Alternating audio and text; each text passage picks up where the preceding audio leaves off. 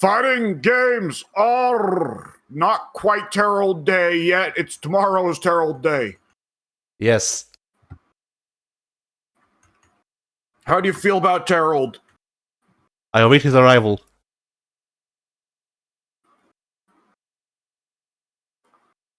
That's it.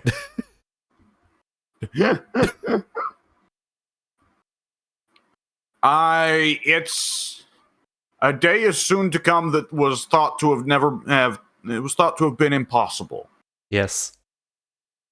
And yet the question remains: when Rugal? I like how that went from being an absurd hope that you would joke about because of the absurdity of Akuma getting into Tekken has now turned into you expecting games to add Rugal. Oh no, it's still an absurd joke. I just okay. It's just still like for a second there. I was just imagining you beating down the door of Harada's house. When's Rugal? God fucking damn it! Yeah. He's terrified, holding on to his sweater that says "Don't ask me for shit." He's looking at it and thinking, "I've gone too far." Yeah, no, like technically there's more. There's the non-zero chance of Rugal being in Street Fighter 6, based on circumstantial evidence. But aside from that, like no, it's not likely. I just do it for the funny. But still, if it happens, boy. I wouldn't know what to think. I'd be in disbelief. Yeah. Like the thing is, I would be less shocked if they added Kim. Here's the thing: Kim is less likely than Rugal because Kim is a Fatal Fury character, and Terry and Mai are considered Fatal Fury crossover characters. Specifically. Yeah, but Kim fits the thematics of Street Fighter a little better, you know? Oh, Because Rugal's a big does. bad guy. Like, to me, Rugal is the odd one out because he's a big bad guy, but he's not really like... He's not trying to take over the world. He just wants to kill people. Yeah. And turn them into statues. But yeah, like Kim, that's simultaneously too sadistic for Street Fighter, but also too unambitious. I don't know. I feel like it would be funny for him to bounce off of JP, who is kind of like him, but long range and also with bigger plans, but less whatchamacallit. Like he's less menacing, I guess. Yeah, JP doesn't try to hurt people, so far as we know. It's just that he really wants to make a lot of money and own a lot of shit. Yeah. But what was I gonna say? Yeah, so to me, of course, conversely, Rugal versus Bison, what you got there is Bison considering Rugal to be small time. Yeah. Like that's kind of why I really like the get up of Rugal and Akuma, because like neither of them are that evil, but they're not really good either. No. They both just want like power and like yeah, that's really it.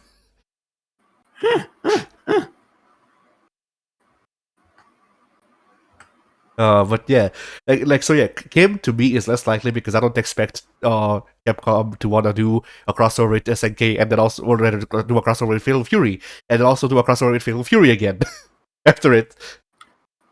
Yeah, I'm pretty doubtful. I think this is our Fatal Fury representation for the time. Yeah, that's what I figure.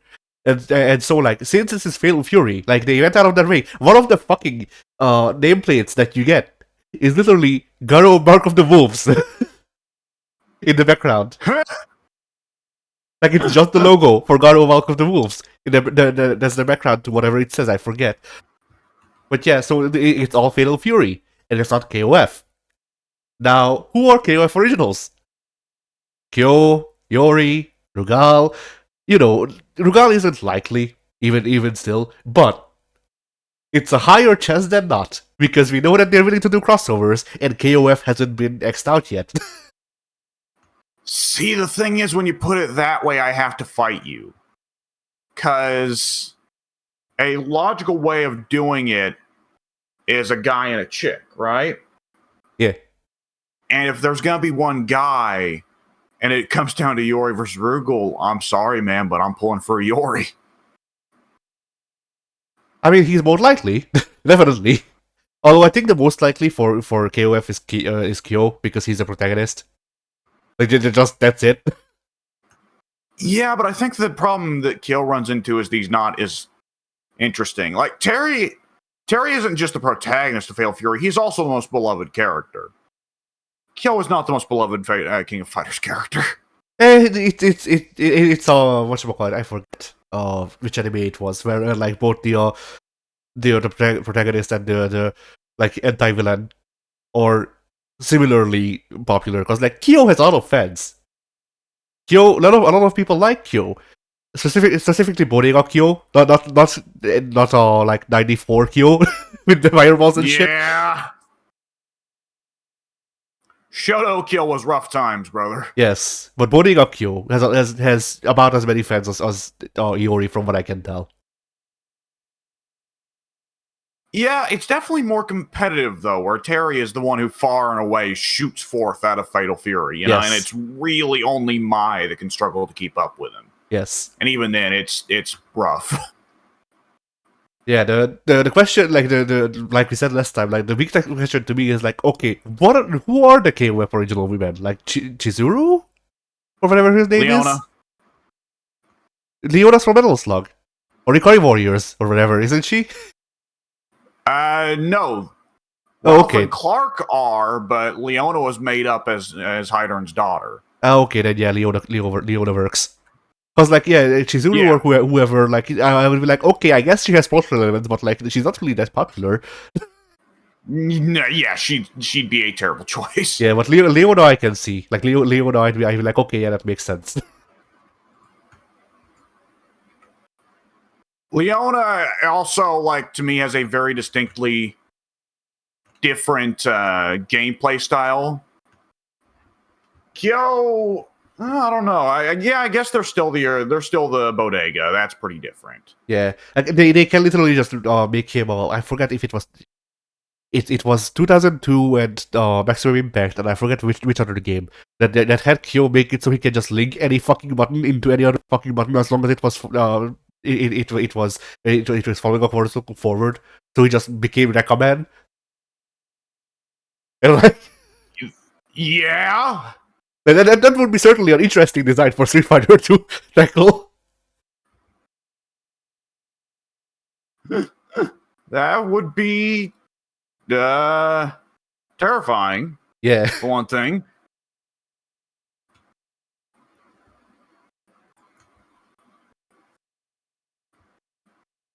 But yeah, like, you know, that was the time where Kyo was maximum Bodega. All day, every day, Bodega.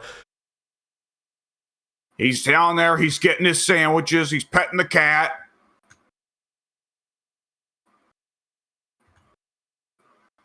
Oh, and yeah, like this, you know, I would like that Kyo in Street Fighter because I like Bodega. Just in general. Like, I think Kyo is the most is at his most interesting when he has a good amount of records. Like, not just, you know, punch into punch into punch or punch into kick or whatever, but just like, okay, I can link punch into kick into punch or whatever. Like, I just basically have a second moveset inside my records, more or less. Yeah. Like, I think when Kyo is at that point is when he's at his most interesting. Because, you know, like, the closest you can get to that is Hell, but Hell is like her name suggests hell. Like, yeah. The sheer amount of inputs that you need to learn. She's really fun to play, but she's one of those characters. It's like there's no way I'll ever actually properly figure this character out. Yeah. She is a living mystery. The thing with Hell is that every couple of months, SNK actually updates their old games to give her more moves. So, and no one notices except you or me. It's crazy. Yeah. It's like we're living in bullshit crazy world.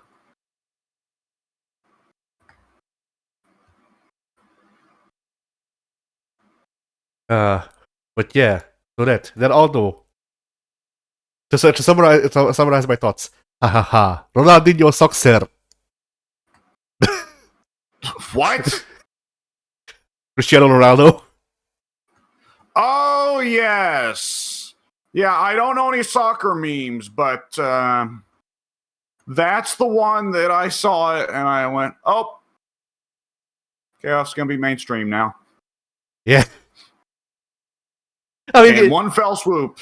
KOF has been mainstream in the one place where, like, this is KOF going mainstream in the one place where that has always mattered to them the most, Latin America. Yeah.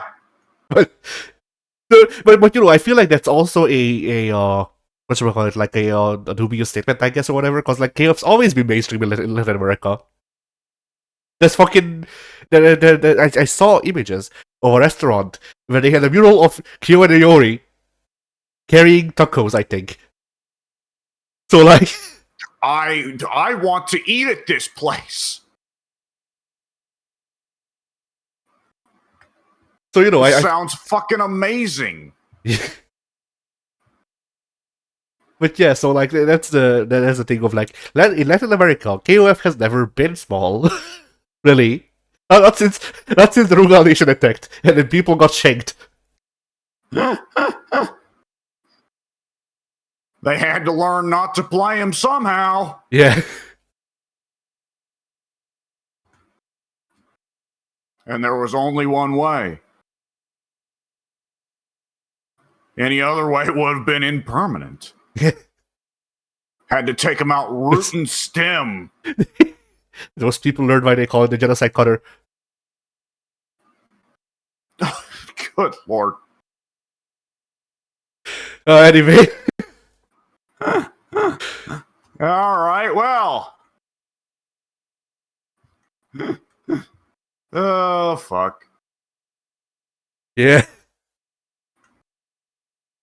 So yeah, I feel like it's kind of disingenuous to say that this is KOF going mainstream in Latin America when it's KOF. Like this is SNK doing their "It's Still Me, Bitch" song equivalent. Like you know how I don't get the reference. What do you mean? In the 2000s at least, but there was a trend of pop stars taking a break from pop music. Like they would either just retire and just do live shit, or they would do other stuff, and then they would come back and they would try to make a banger to show that they still got it. And that phenomena was named the "It's Still Me, Bitch" song. Oh, I see. Okay, well, I didn't. That's, I guess, me showing my complete lack of pop music knowledge. I only have a little, so. But yeah, like it's the people like if memory serves, the people who did this or like Britney, which yeah, that's probably where the bitch comes from. Because she really liked that soundbite of going, "It's Britney, bitch." Did she? Yes. At least later in life, I know that I forget where she said it first, but if I want to say in the mid 2010s, no, it's in the 2010s overall, if memory serves. She had like 3 or 4 songs, and all of them start with "It's Britney, bitch." So.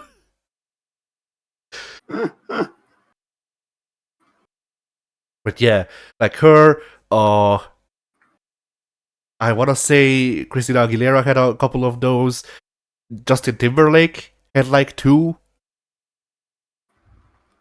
So I see. But I don't remember if it's still a wide phenomena, or if it's something that was mostly localized to like the 2000s to late, or like the mid to late 2000s.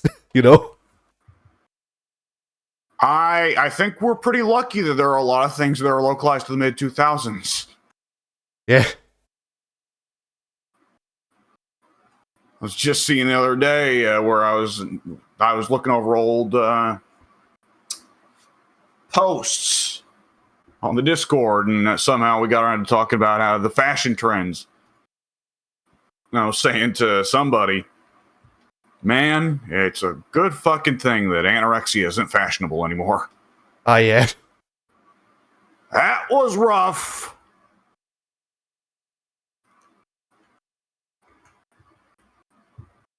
Anyways, fighting games, right? Yeah. Anyways, fighting games. Emma. They are indeed the dancing queen. That was ABBA, right? I think so, yeah. Excellent. I'm only mostly incompetent for my knowledge of things. But yeah, Oh god, I got my nose is being irritated. Anyways, proceed with the soccer moon. But yeah, so I feel like Ronaldo doing a crossover, whatever sort of crossover with SNK is I don't like it because I fucking hate soccer and I hate living in soccer hell. But like other than that, yeah, it's just them going, yeah, it's still me, bitch. I might have gone bankrupt twice, nearly 3 times, but still, it's me. SNK trying its hardest to not survive. Yeah. Continues to fail. But it's also just been a weird week for crossovers because like Ronaldo posted his crossover with SNK. A day later, they post Batman Shadow, which is official. Oh right, yeah. That shit. Which is certainly a thing that also happened, but like still, it's Ronaldo and SNK. I can get for multiple reasons. Like apparently the guy, the Saudi prince that bought SNK, he also has like majority ownership of basically Ronaldo, but. But yeah, like, I see. But yeah, like whoever, whatever team Ronaldo works for right now, he has majority ownership, so this was easier done. I can understand that. Shadow and Batman. Sonic and the DC Comics doing a crossover just seems like kind of out of left field, even comparatively. Yeah. I also like all the yeah, go ahead. Okay, so then, Shadow is Batman, Sonic is Superman. Wendy can't be Wonder Woman, right? Who? Wendy. What's wrong with Amy? Who the fuck is Wendy? Who am I thinking of? Fucking what? I had a brain fart. I nearly said fucking Dorothy. Bro. Whatever. Proceed. We're not in Kansas anymore. That's for sure. Amy, I don't know. Technically, by where she is, like lore-wise in Sonic, she probably would be Wonder Woman, but it doesn't fit. No, she really only fits to like super old Lois Lane. Yeah. Who would like plant a bomb in Clark Kent's apartment to prove that he's Superman because he'll destroy his apartment, but he'll survive. Yeah. Yeah, Lois Lane works for Amy.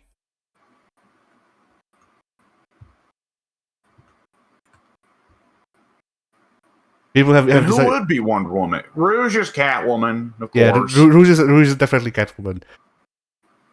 I don't think Sonic has a Wonder Woman because the only other like okay, Elise. But yeah, aside from that, oh boy. But yeah, the only canon women, because Elise is not canon. By the way, Sonic 06 had the foresight to make it so the game's ending is that it's not canon. I'm not joking. Yeah, good. But yeah. So yeah, the only canon women associated with Sonic that I can think of in the games. Yeah. the phrase canon women. Yeah, well, you can't. There is this character, but you can't prove it isn't a man in drag. Yeah. Alternatively, these women can launch projectiles by the use of gunpowder. Yeah. That's a One Piece character. That's several One Piece characters. But yeah, yeah, the only ones that I can think of in the games are, I'm forgetting her name, but there's like this there's a character in Sonic Riders. She's like a bird. She exists, yes. I see. She's more like an Electra. That sort of a character archetype. Yeah. And then let's see who else is in the games. Sage. Sage just got introduced. Sage is evil. Well, Sage isn't evil. Sage is on the side of Eggman. So even though she's not evil, she's not also not Wonder Woman. Unless Eggman is also Injustice Superman in this case. You know? Yeah. And also in this continuity, Wonder Woman is Superman's daughter. But anyway. Oh Christ. Yeah. And aside from that, like I can't really think of many like the closest to Wonder Woman that could be is what's her face? Sally Acorn. But she's super not canon. Because of Penders. Oh God. Yeah. And that's enough of that. It's also funny, like, who would the Flash be in this get up? Oh God, yeah. Because there's an obvious answer, but story-wise, it's a little bit different.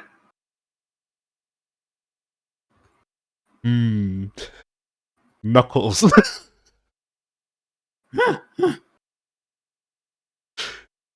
And then he can fly. So yeah, there's also Metal. Yeah, go ahead. He's got some controversial ability, so you know. Yeah, there's also Metal Knuckles, so he also has his own Reverse Flash, so it works out.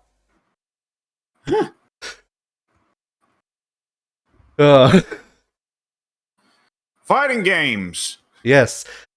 There is a Sonic fighting game. I have played it. At least I don't believe you. It's called Sonic the Fighters. No, I believe you. I've seen the game. My immediate impulse was to give a pink answer. Then I had to stop myself and go, no, wait, hang on. But yeah, Sonic the Fighters. It was weird. The spin dash is a combo tool and a launcher. I see. I mean, it makes sense that it should be important, I suppose. And like, alright, so, Sonic the Hedgehog fighting game. How does Sonic fight? What do you think? Tekken combos. He's a boxer. Yeah. Like, it's not even Tekken combos, it's like fighting Vipers, or like, what should I call it?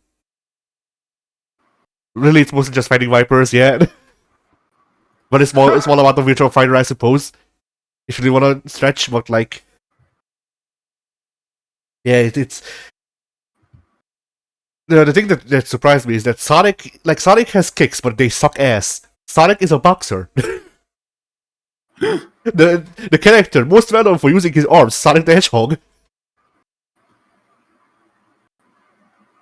Oh, man. So yeah, that's a game. But yeah, what other news were there? Well, it was not a terrifically big news week. Tekken's still in the, holy shit, Heihachi phase. Yeah. I'm gonna check. And other than that, Guilty Gear is still waiting on Lucy, right? Yes. Oh yeah. Sparking Zero roster reveal. Oh yeah. They did the Ed Boon thing. The fact that they did that's fucking big, like honeycomb pattern to fill with characters, and then they went, okay, but actually, let me add 12 more at the end of the video. We did a big lie. And like supposedly those characters all got leaked ahead of time. I think a lot of people didn't believe it because they were like, well, that's too many characters for the grid. That's too many characters for the grid, stupid. What a bad leak. Yeah. Which makes me think like, ooh, that's a discreetly smart way of doing it, is to lie about the roster ahead of time and to cover for leaks. Yeah, like this. I didn't see the leaks. But I watched the video and I was like, wait a second, that feels like too many characters. And then they closed it out by making the grid larger, and I went like, wow, fuck. Yep. like this kind of feels like more games should do this, if anything. I think it's one of those odd things. I think part of it is just simply down to when you become a good liar, a liar for good, as I should say instead, because a good liar is just good at lying. Yeah. A liar for good, that starts to give people false expectations, right? Yeah. Because Ed Boon at this point is not allowed to use his Twitter account for anything other than teasing things. Yeah. Because Ed Boon can just simply say, man, I really like this season of The Mandalorian. And people go, oh my god, they're adding Grogu to Mortal Kombat. He's going to kill everybody. The tiny baby Yoda is going to kill all the people. It's going to be adorable. Oh, Ed Boon should at this point, like if I were Ed Boon, I would just start reading about the weirdest, most unrelated shit fighting games. Like it's like just throw like fucking. I don't even. Like watch some art house flick. watch fucking Persona, and then post like an image of like, I wonder. Oh god. Well, that one he could get away with because people would know and go, yeah, they're not gonna let the Persona characters die or kill on screen. I don't mean the game Persona, I mean the movie Persona. Oh.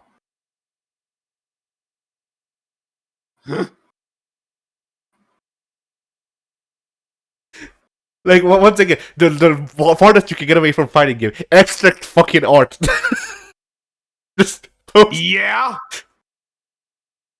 fucking I forget his name, the guy who is most famous for drawing like colored squares.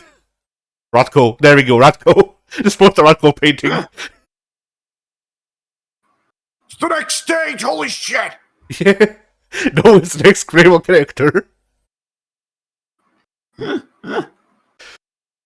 Move over, Omega Tom Hanks. The Sky in Fall or whatever it was called. It's coming. The Sky in Fall? Yes, as in like the what you call it? The season? Yes, the season of Fall. And it's just this it's this white painting with big splotches on it. Yeah, modern art. And there's I've seen a lot of people. I didn't realize you were talking about art of any kind. I was starting to think like you're suggesting that Ed was going to tease adding abstract concepts. Yeah. Playable character. The next playable fighter, Depression.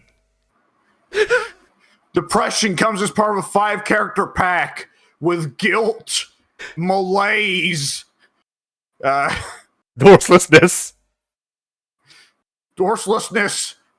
and economic downturns. This is Fighter Pack 2 for Mortal Kombat 12. You heard it here first, folks. Fuck. They announced the next Mortal Kombat DLC is adding sex, like everybody jokes for every game. But no, sex is actually just a dude. Yeah, it's just like Lost from Fullmetal Alchemist. Don't people want to get up all in that? Yeah, true. Yeah, I think that's close enough for those people that are looking for that.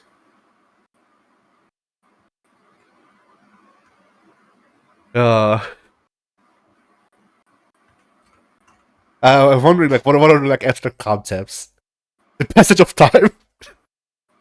Like, you fight a ninja. It starts as a sprite from Mortal Kombat 1 and then ends up being a 3D model by the end of the match. You have to kill. He's like Manon. You gotta kill him as soon as possible. Don't let him come into 3D. Yeah.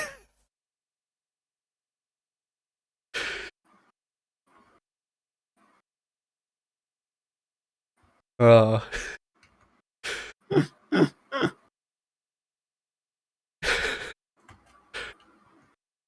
I don't know what other concepts would could attempt to be fighters in Mortal Kombat.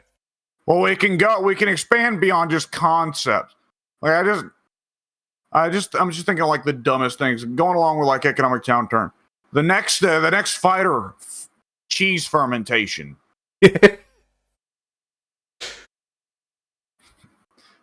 The next fighter, alcoholism. It's just Borracho. He's been renamed. Oh. Rather than beating him up, you just have to get him clean. Yeah.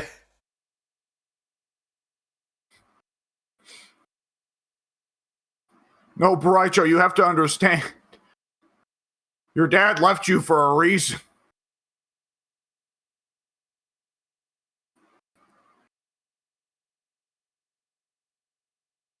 Oh, shit.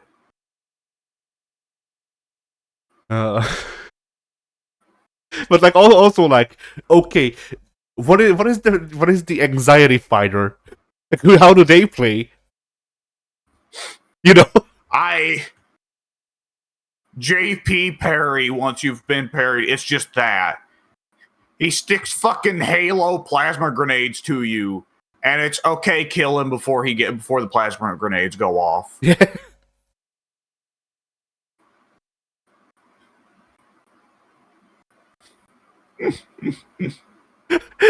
There's even a funny meta commentary that could be done with this. Where like, okay, the next fighter for Mortal Kombat 12, greed.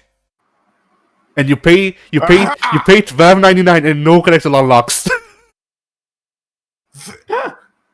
but you have the option to buy him more than multiple times. And when you buy him, it simply tells you that you lost the match with greed. Yes.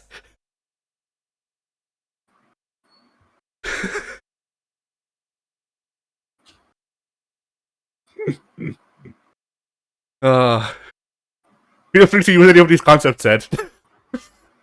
Yeah. We know you're listening anyway.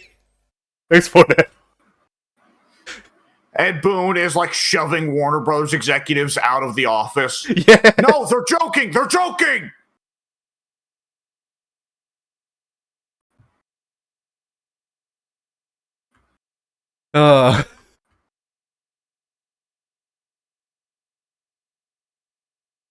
Oh boy, speaking of Mortal Kombat, I guess there's not really any news there because we're in the lead up to Chaos Reigns. I think it comes out in like a day or two, if not tomorrow, to try and compete with Terrence.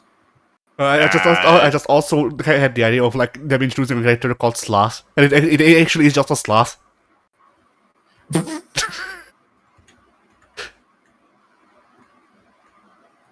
They have all of the minus frames, but they deal a lot of damage.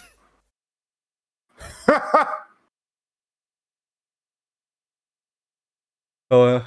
Anyway, I thought Chaos Reigns was already out because people were talking about. I have seen people talk about the story like they've seen it.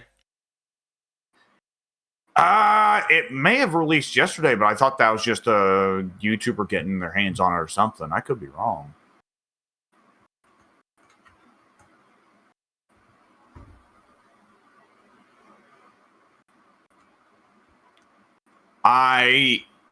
If there is anything about it, then I don't know. It's news to me. I don't know. I've only seen people discuss stuff that allegedly happens in it. I guess like, oh, now that the stuff with Havoc is done, or like, Bihan's relationship with Smoke, which like I don't know. I haven't seen any concrete evidence of it being out or it not being out. Either way. Yeah, and Lord knows where it is for like the actual characters, whether they're good or not, which looks like so far at the very least the robots are fun, but we knew that was going to happen. No telling yet if Noob is fun or just Noob. Yeah. I'll say that at $60, I really enjoy Mortal Kombat 1, but honestly, it's to the point where it's like, I'm kind of waiting until the big edition comes out, and I'll buy that because I had my couple months really enjoying Mortal Kombat 1, and I have my fill, and I'll come back whenever all the shit's out, and I can get it at a cheaper price. Yeah. You're waiting for them to announce Greed. Yeah, he's just going to be too hyped for me to miss,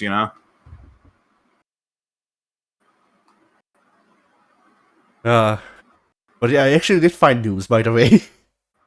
Oh, shit. What's that?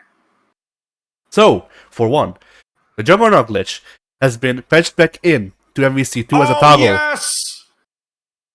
Yes, I saw this and I went, yay, Capcom! Capcom knows what's up! That is so great.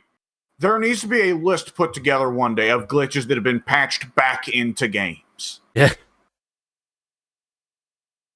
The Juggernaut glitch in particular is one that's just so important, of course. But, like, that is such a good sign for Capcom's handling of the classics in general, honestly. Yeah. Although I do wonder how this affects online play. That's a good question. Is it set to on or off for online play? Oh, apparently Chaos Race launched 5 days ago. I just came across the trailer. Oh, wow. Trailer. It says 5 days ago. Well, whoopsie doodles. That's, yeah. I'll probably look up what happens in the plot, but like I said, I'm holding off until we get the big package before I pick it up. Because at the very least, I'd like to wait until the crossover characters come out, but odds are there'll be one more DLC set after this, and I can wait until then. Yeah. The animalities continue to look sick, though, and actually those are free, so I could pop in and check those out now. I won't, but nonetheless, I could. Alright, then, in other news, Capcom is patching games with Windows Live games so that they can be sold again. Now... Really? Yes, the games, I don't know if we have a full list, but apparently the games include, but may not be limited to, USF4, Street Fighter Cross Tekken, Lost Planet 2, and Resident Evil Operation Raccoon City. USF4 has been without games for Windows Live for quite a while. I'm pretty sure I popped open my copy of USF4 on Steam. You might have patched the last 3. You might have patched it, so it works again. I've done that for Cross Tekken, but not for Street Fighter 4. That much I can tell you for certain. Okay, I can directly recall having done it for Cross Tekken, but not for SF4. I'm pretty sure I've started up SF4 in the last 4 or 5 years on PC, and it didn't log me into Games for Windows or nothing. Or, well, obviously it couldn't because Games for Windows doesn't exist anymore. But it didn't try to. Either way, apparently it's on the list for some reason. But yeah, Street Fighter Cross Tekken. Harada, somewhere, is yelling at the clouds. That is beyond Games for Windows Live. That requires them to patch so fucking much. Do you think they're patching fucking the PlayStation cats? No, but there is a mod for that. True. I have that mod if memory serves. But yeah, go ahead. The bigger issue is, can the game go more than fucking an hour without crashing? Yeah. Oh, apparently. So what's happening is the article that I was reading is looking at the how the Steam assets have been updated for these games, and Capcom updated USF4 at the same time as they updated Cross Tekken and all of the other games. So they assumed that they patched out the games for Windows Live stuff, but no, they did something to USF4, but I guess we don't know what. That is interesting. Yes.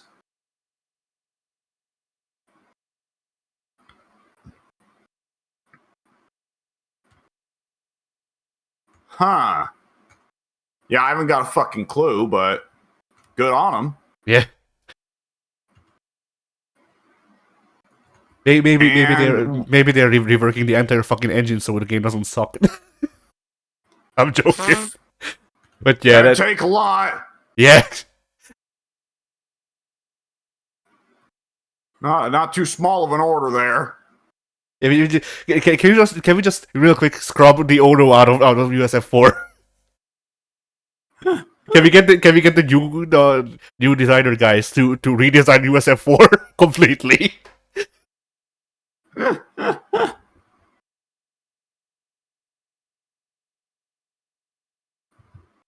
Oh, I played USF4 relatively recently, and I was like, wow, I remember why I didn't like this game. I'm cool with it, but SF4 is very much a product of the time where SF3 was too new and scary. So we need to make a new Street Fighter that is just turbo, but slightly different. See, my problem with it is that I really like the roster of USF4, except for the newcomers, most of them, but whatever, I can put up with them. But yeah, like I really like the roster of USF4, but then I actually tried to play the game and it feels so bad. It's very slippery, is the best I would describe it. I don't have the technical knowledge of it to really describe it. See, I call it stiff because of how they have literally fucking everything on links.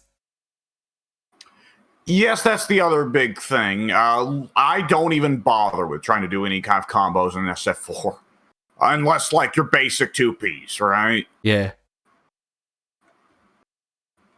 But yeah, like to me, the best way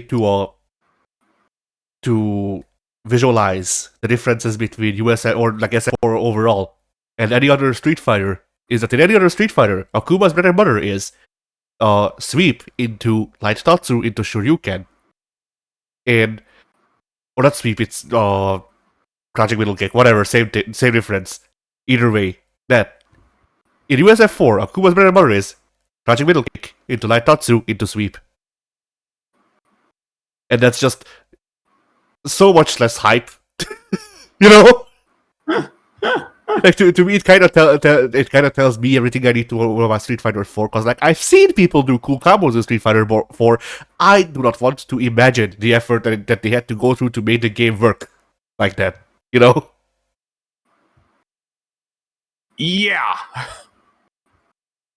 And like, there's many things to be said about like accessibility and all that, but like, there's a way to the newer games and even the older games I would somehow describe Street Fighter 4 as one of the least accessible fighting games of all time. Yes. But yeah, like I was about to say, like there's a way to keep the game, have depth and also make it so it doesn't feel like it doesn't feel like the game wants you to do a poke once every minute, and then so some people can work around that to make it do more things, but like that's the default. I got a sneeze coming up and it ain't going.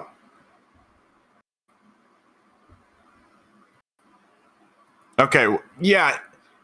I feel like a lot of the reputation that fighting games have of being unapproachable is a combination of Street Fighter 4 and Marvel 3, which I really love Marvel 3, but Marvel 3, the reputation fighting games have of hyperactive, impossible to react to, enormous, ridiculous combos where the other player never gets to react. Those are all very accurate to Marvel vs. Capcom 3. Yeah. And the idea that that fighting games are inaccessible because combos are extremely difficult and impossibly precise timing. You have to know all the frame data on all of the characters. That's Street Fighter 4. Yep. Where you live and die by frame data, and your combo capability depends entirely on your capability to input on the exact right millisecond. Yeah. And it's not really a thing for older games. Because, I mean, Marvel 2 is just as crazy as Marvel 3. Less so in some ways, more so in other ways.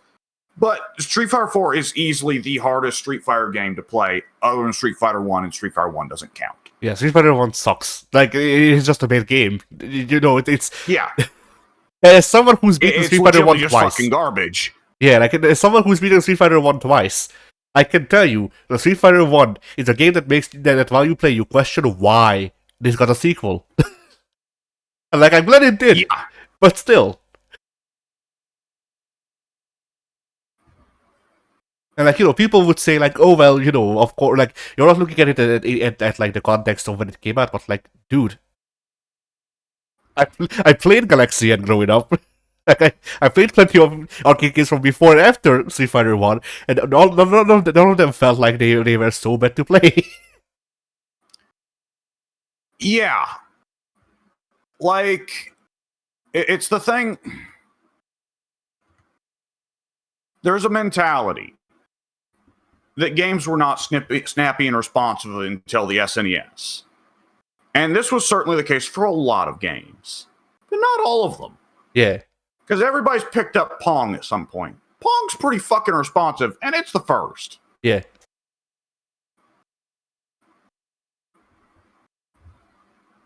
Like, it's I don't know what to call it. I was gonna say it because I've seen people use it in similar cases, but it's not really like survivor bias or whatever the fuck, where like, you only remember the good ones. But like, I played fucking Samurai Pizza Cats on the SNES, or the NES rather, and like, I remember that game was ass, but also it was responsive ass, Yeah, and there were games back then that were beloved and also pretty unresponsive. Yeah. It's not untrue that on some level that's just how things were at the time, but at the same time, it's also not untrue that you can absolutely point out these games and say there are games so much snappier and more responsive than this. Yeah, and from like, this time period. Yeah, like even like with other games, a lot of times the games were responsive. It was just like one part where that was unresponsive. Like both Contra and Ninja Gaiden. I played both of those a lot growing up. So, but yeah, Yeah, those games needed to be responsive. Yeah, both the Contra and Ninja Gaiden. Everything is responsive except one thing: jumps. Jumps have their own arc. You learn the arc, and then you can work around it. Literally every other part of the game is responsive. It's just that one bit. Whereas with Street Fighter 1, of course, back then you would have build unresponsiveness into the game deliberately and make the game unresponsive to the player, as weird as it was. Yeah. And so like, but like, even still, I feel like that's still leagues above Street Fighter 1, because in Ninja Gaiden or Contra, everything feels responsive except with this one thing. In Street Fighter 1, nothing feels responsive at all. Yeah. So yeah. Funnily enough, in a lot of cases, it's in the frame data. Yeah. But yeah, anyway, what was I gonna say? I forget. Shit. Oh yeah. But yeah, Well, we got here from Street Fighter 4 and Cross Tekken being made less poopy. Yeah, I guess the other thing is that, like, me technically being an old head, despite everything, technically being an arcade old head. It's the thing of like, I understand what Street Fighter 4 did. I understand that it brought Street Fighter back and all that. And like, I can, but at the same time, I can't help but look at O9ers. Sometimes reminisce about the good old days of Street Fighter 4 and be like, wow. Street Fighter 4 isn't in my top 4 Street Fighters. Maybe even in my top 10. Let me ask you something. Yeah? Street Fighter 4 or Street Fighter 5? When? Like, which part of Street Fighter 5? Which era of Street Fighter 5? Oh, that is the appropriate way to refine that question. Yes. Ooh. Well, I guess the fairest. Okay, let's ask both. Street Fighter 4 Vanilla versus Street Fighter 5 Vanilla, and Street Fighter 4 Ultra Street Fighter 4 versus Street Fighter 5 Champion Edition. Okay, well, actually, unironically, I own Vanilla Street Fighter 4 on PC on disc. Ooh. So I actually have played I it. think you can still get it on Steam. Well, actually, I don't think you can get it on Steam because it would still be tied to games for Windows. Yeah, that's the reason that I haven't played it since the first time I booted it up. Because games for when I first booted it up, Games for Windows Live was still existing, and then it didn't. Then it stopped. Yeah. So yeah, launch. Hmm.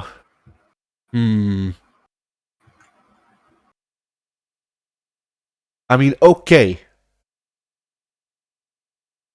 Content-wise, Street Fighter 4 had more going for it on launch. But if you're talking straight game feel, which is kind of one of the most important parts of a fighting game, is how it feels to actually, push the buttons. then Yeah. then I might have to give it to Street Fighter 5 just because by the time of Street Fighter 5, they ended up a bit on the one frame links and all that, and the animations weren't so deliberate, I suppose. Well, you gotta remember though, They had Street Fighter fucking 5 launched Yeah. with that enormous fucking input lag. Was ridiculous. I suppose for Vanilla Land, I'll give it to 4 just because it had more content, and it also from what I understand, from what I remember, Street Fighter 4's inputs never really changed all that much. It was always ass. It just remained ass is the problem. But by the time we get to the final installments, I would give it to 5 just because the characters started feeling better. There was comparable amount of content. Maybe not on the same quality, but still. And like the roster wasn't as big, but still there was interesting stuff to be done and all that. The game felt good, better to play. Not good necessarily, but better, a lot better. Whereas Street Fighter 4, I went back to it recently, like I said, and I played with Akuma, and he felt bad. And I remember playing Yoon because he has Ganejin, and Ganejin makes the game feel slightly better. Yeah. But that's it, really. I don't know. What do you think about the relation of 4 to 5? I think Street Fighter 4. I think launch Street Fighter 4 clears Street Fighter 5 easily. I forget, when did you get in on Street Fighter 5? Season 2? Like after they ended up. Okay. I was there I rented the game at launch, and then a couple weeks later, I bought the game. So I was there for Season 1. Season 1 was really fucking rough. There was nothing to do with that game besides survival mode. Single player wise, I guess I should clarify. Yeah. And it felt fucking bad.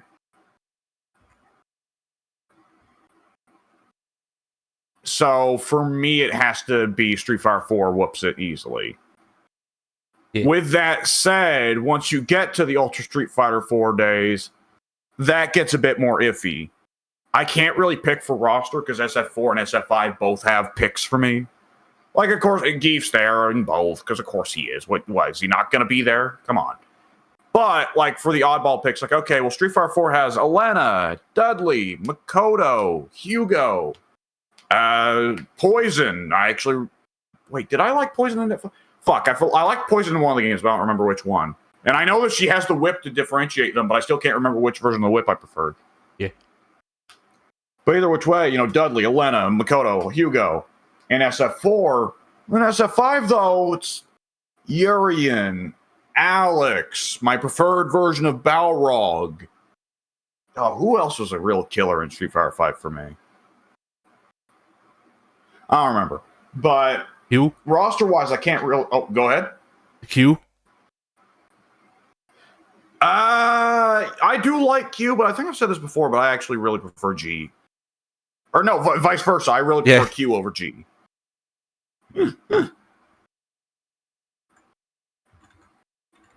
Like, they tried desperately to do the Keiji Muto, Great Muda thing, but what? No, he's Q. He is. I almost in a sense commend it, but nah. Yeah.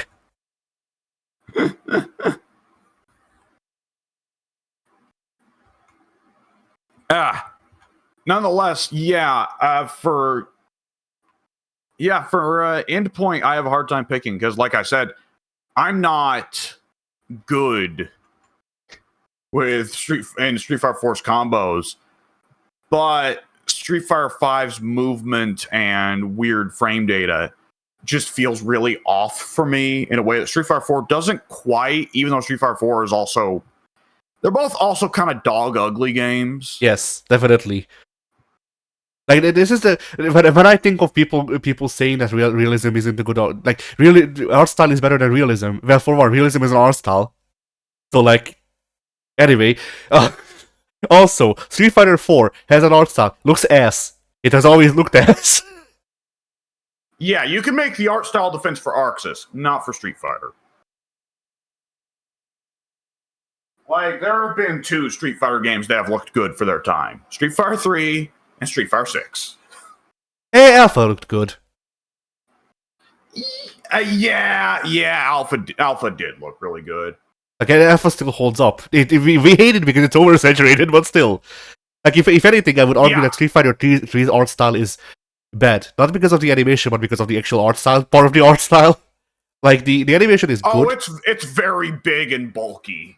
Yeah, like, the Street Fighter 3 has a very, like, realistic adjacent, like, blocky art style. And, you know, it works out for some characters, it doesn't for others. Like, it looks good for Q. It doesn't look good for most of the Shotos because their faces look fucking ugly. But... Nah.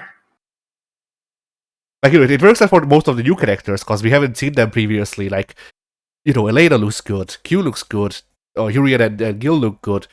The weirdos like 12 and Necro look good.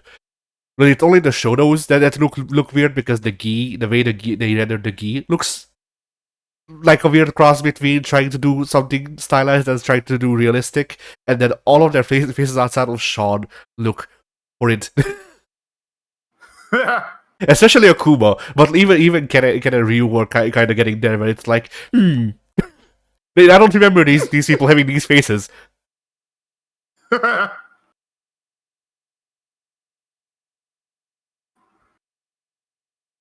Oh boy.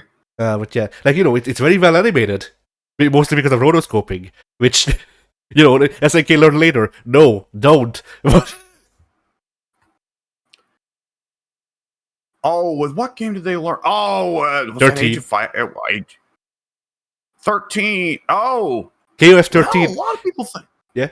A lot of people definitely would say KOF 13 is gorgeous. Oh no, it looks really good. The problem with KOF 13 was that rotoscoping. It cost $8 bazillion. Yes. Like, that's the problem with rotoscoping. Rotoscoping can look really good if you can manage it.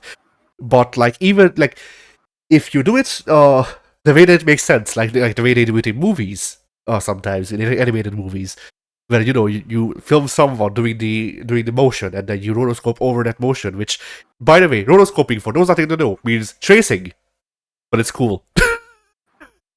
What? Yeah. Now it's advanced. Yeah.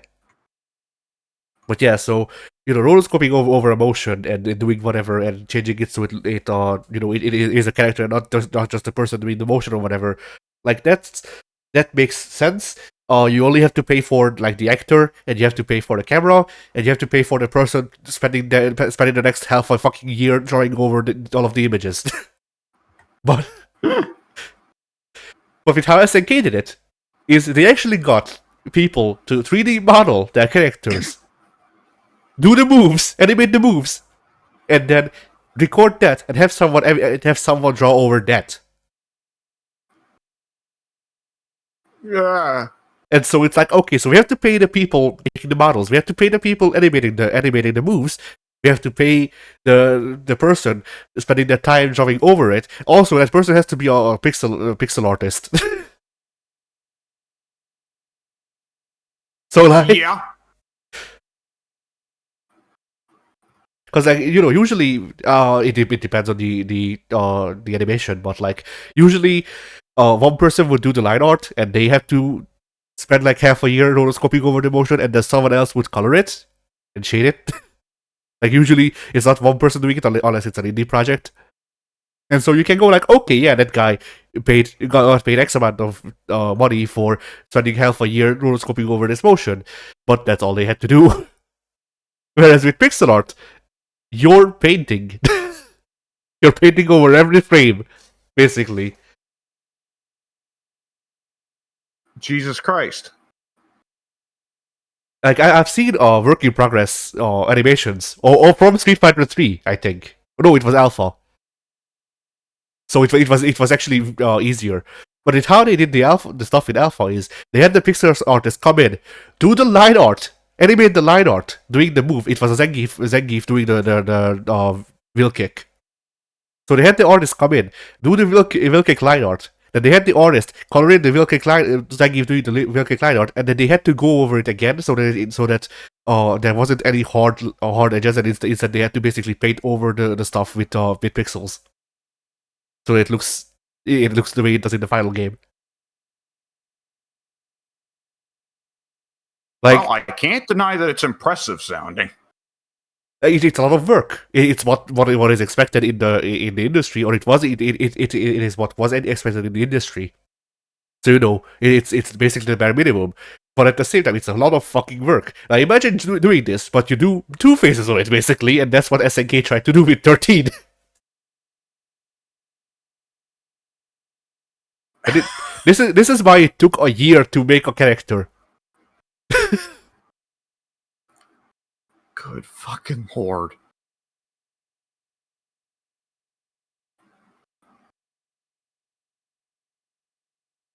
Well, I suppose on some level I commend the effort.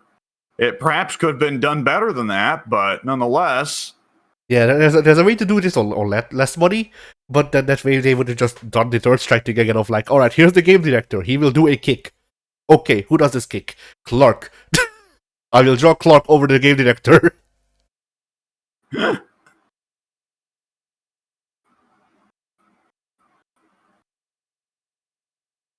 Which, once again, there's still a lot of work, but it's technically, like, it is technically less work, but just by the thing of, like, we don't have to design the character, send the character design over to a 3D modeler, get the 3D modeler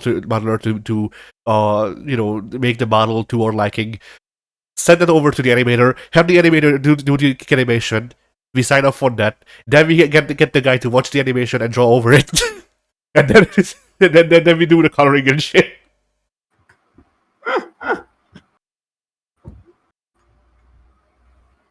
Keeping it simple. Yeah. Like usually you could skip the 3D modeling and animating parts, and you can just go, alright, we have this character design. We're gonna film the game director doing a kick. And then we'll send that video over to the guy who will draw over it. And then paint it for rotoscoping. Otherwise it's just otherwise it works like any other animation gig, so it's just like, here's the storyboards for the punch. We'll get a guy to draw the punch, and then we'll send this over to the pixel artist. If they were the person drawing over the punch already, like if they didn't draw the punch by default, more or less, and then they will do the thing. Like basically, it's a thing of like, rotoscoping adds another 2 or more steps to animation of any kind, really. Which is why most people don't fucking do it, and why it costs an arm and a leg. Because fuck, animation takes a lot of time as is. Yeah. Like, need I remind you, I spent an entire month working on an animation for days.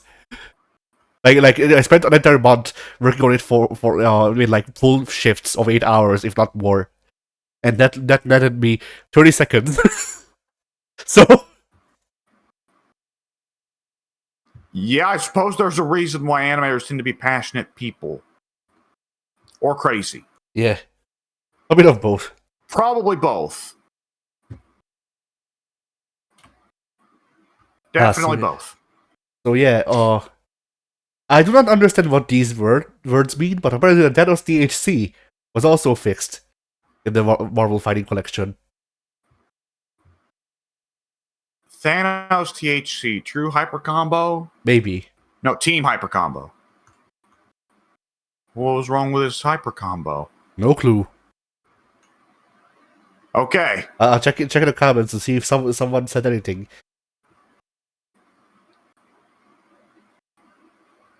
Oh, he had a glitch, or has a glitch, where his super sticks onto him. Which super? I don't know. I'll check the video to see if we can figure this out. Does it just stay there? Does he become a walking hitbox?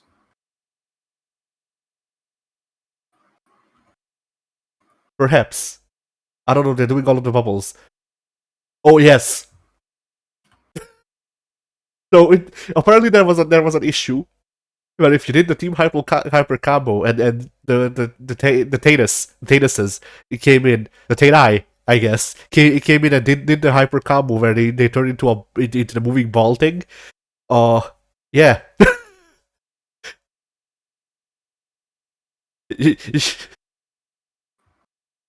Like I'm looking at the fixed version, so I can only assume what the glitch was, but it seems like the problem would have been that the Tanus balls would either stick to Tanus or the opponent and just kill basically.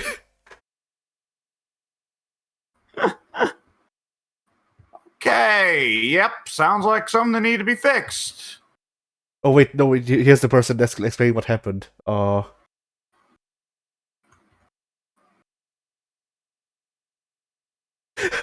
Okay, that's even better than what I said. So what the problem was, if Tanus is not on point, and you call him in to do his ball super, he would do the animation, I guess, but he didn't do the ball. So like he just fly towards you but not hit. Huh?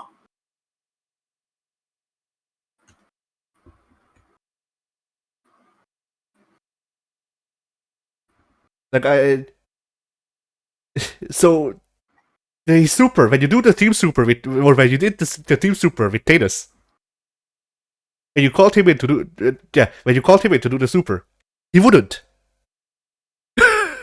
He'd take your ball and leave. He needed it for nutrition.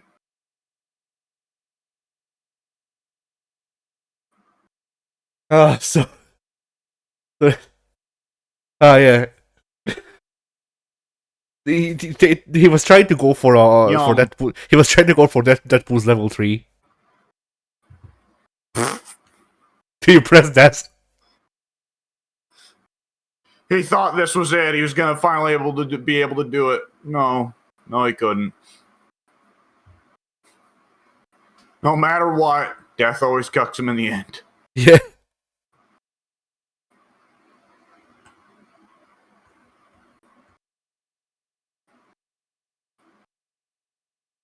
Oh, that's shit. Yeah. I love fighting games. Yeah.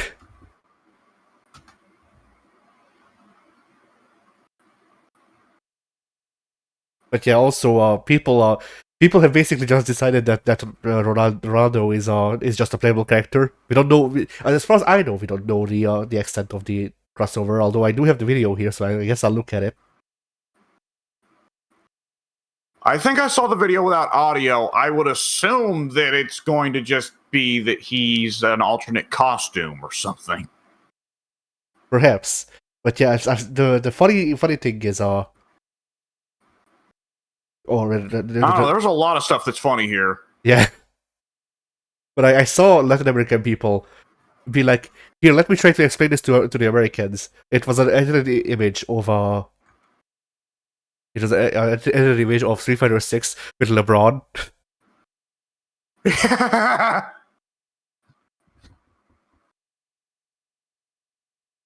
Multiverses. Yeah.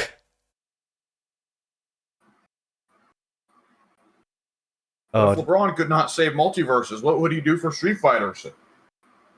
Introduce reverse monetization. Ah! Like he did in multiverses. Yeah, LeBron was like the last character really that was added to multiverses before it got shitty. Yeah.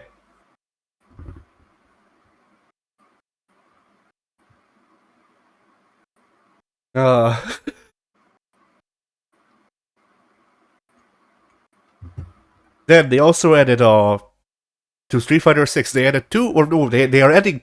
Oh, okay. You're gonna be listening to this on the day of it happening, but we're the day before, I guess. Yeah. But yeah, so they are adding replay takeover to Street Fighter 6. Yes, which was when was that added as a feature to go to X2? A year or two ago, I want to say. I find it funny that X2 has inexplicably just become the experimental grounds for features that will then be added to other fighting games. Yeah. I mean, fuck it, someone should get that nice guy to draw the new characters and then just retroactively add them to X2. I think we'd both be pretty happy with that, but we both know what's going on there. Yeah. Daisuke would see characters doing things in X2 and go, what was I thinking? Take this off the storefront. Yeah.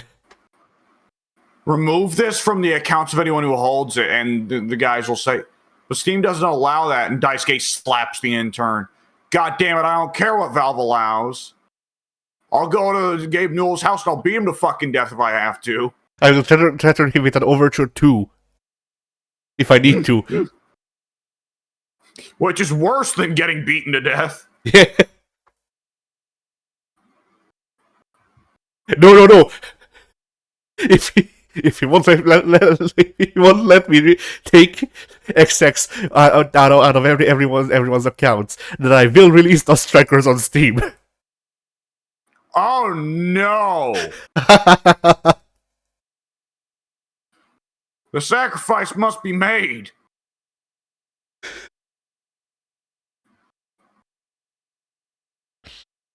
Bloody hell.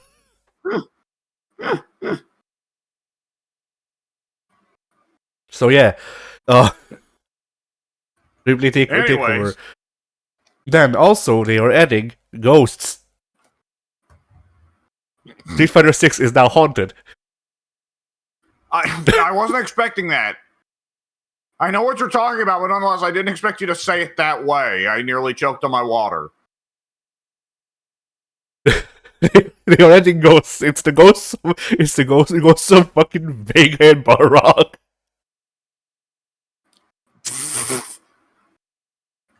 Nightmare again. Oh god. We should have known he couldn't stay away.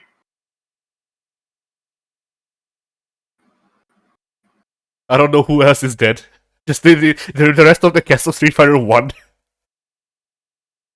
Sans Eagle. Well, who's the dude that's all over Street Fighter, all over World Tour? Retsu. Retsu, there we go. That weirdo. Yeah. Like, we know he's alive. We know Eagle's alive because Ken works for him. But, like, aside from that, and everyone else, dead. Sagat, dead. Even though Capcom has said before, we're never going to cross over with Mortal Kombat because Mortal Kombat has the characters dying, we don't. Nonetheless, we've decided to just butcher the characters, our own characters, for no real discernible reason. Yeah. But I also like the implication that this means that Sagat and Adon are both dead. They've been dead for years. Dan actually killed Sagat back in Alpha. Yeah. It's just taken him a long time. Yeah, he had the fucking Busharati bullshit where he lives for another like half a year after being killed. The Godoken is slowly working its way towards Sagat's heart. Yeah.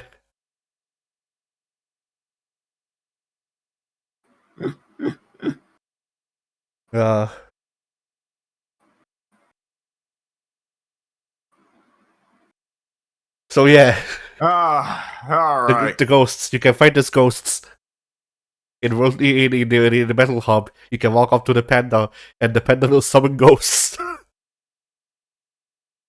As pandas have been known to do.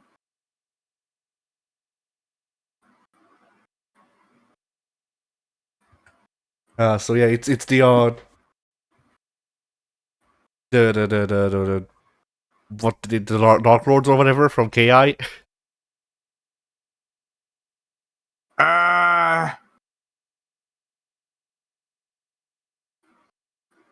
Oh yeah, The Shadow Lords, I think, or whatever they call it. That might alternatively be the story mode. I don't remember. Yeah. One or the other. Shadow's story. That's coherent, right? Yeah. And totally not a Sonic the Hedgehog side mode. It's not. They would call it dark. Shadow is always dark. That's true. But it is kind of fucked though how they still keep that naming. Very it's hero and dark.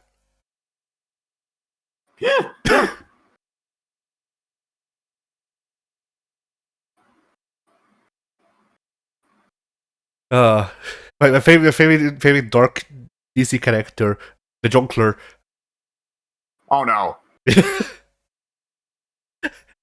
I recently saw a post of someone like people were discussing the Joker's real name and whether there's a canon version of it or not, and whatever. It's someone legitimately just replied John Clur, which I mean, God damn it. which you know that Joker would actually use. I mean, it sounds it sounds enough like it sounds enough like a real name that he could feasibly use it. It's like Joker. But, you know.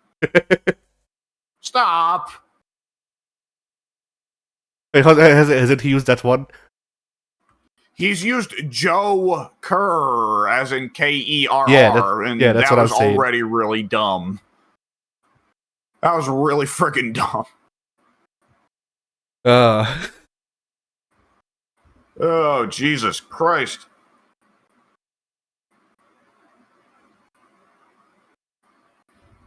So yeah, anyway. Fighting games. Yeah, that's what I think of with fighting games. The Jonkler. He was in 2. Maybe more, but has. Well, not excuse you. The Joker has. The Jonkler has not. I don't know. The Injustice 2 Joker is kind of close if memory serves, because didn't they base that guy off of Jared Leto? Yeah. Yeah, he's the Jonkler. Injustice one Joker and just like MK11, I think Joker, maybe not. Injustice 2 Joker, yeah, he's the Jonkler.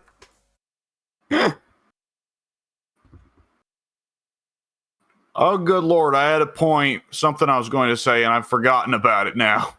Sorry, you've taken me off track here with the Junkler, the Junkles. Like, okay, that's what it is. Right, you're saying now the Jonkler is edgy Joker, right? No, maybe yeah. Like the Jonkler to me is like a more cartoonish, like basically just the worst fucking misunderstanding of the Joker that you can get.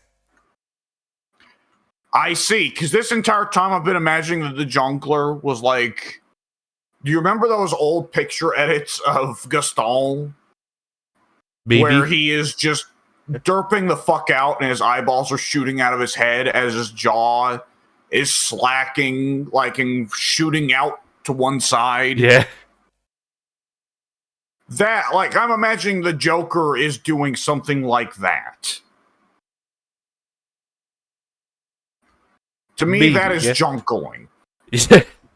Maybe. To me, the Junkler is just like, it's just off enough that you're like, wait a second, you're not him. Like, but like also, like the Junkler to me is also more animated. So like, it's more cartoonish. in the way next, but it's also just like first Joker.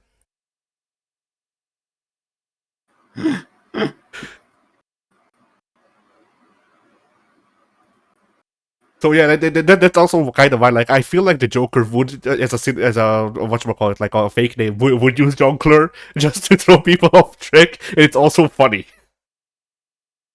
but like Oh no.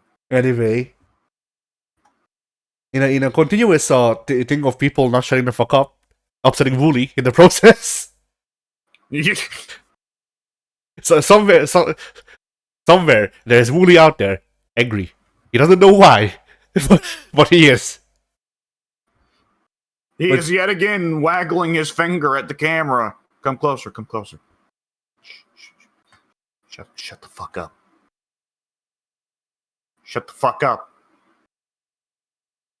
But yeah, in another case of that, people have shown off them adding Kyosuke Kagami to UMVC 3.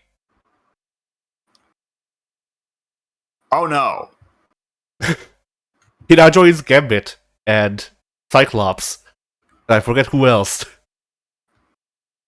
Oh, this doesn't end in Capcom killing people. Oh okay. no! Capcom hasn't killed anyone yet, but they are. I feel like this is getting close. Well, that gets into a bit when it's modding. That's a bit different, right? I mean, here's the thing. Modding in itself, I mean, Capcom has been kind of turned against modding just because of the incident with Chun. But oh, that's right. but aside from that, like, technically Capcom are, merciful enough to allow shit like this and fight kid and all that. Like, they will, they are fine with this as long as it's not pulling in cash. But if memory serves, Capcom did cease and desist Maximilian's effort to remake Infinite because they were pulling in money. So did they? My understanding was that was a mod as well, and my understanding was that's still going. I don't remember. I remember hearing them, like, it might have had been Maximilian stuff, but I remember Capcom recently ceased and desisting some other Infinite mod because of money. Hang on. Let me. What is it called? Infinite Reborn? I don't know, maybe.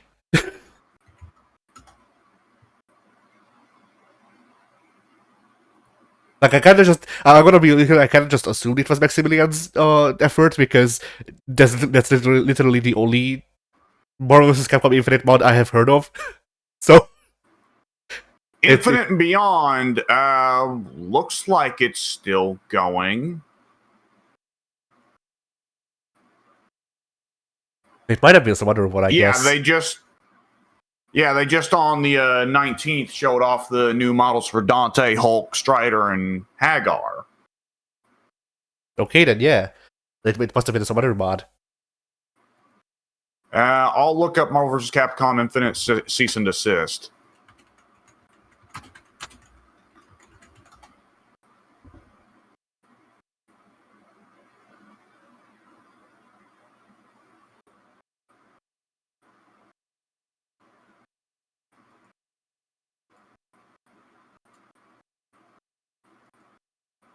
Let's see. Event hubs.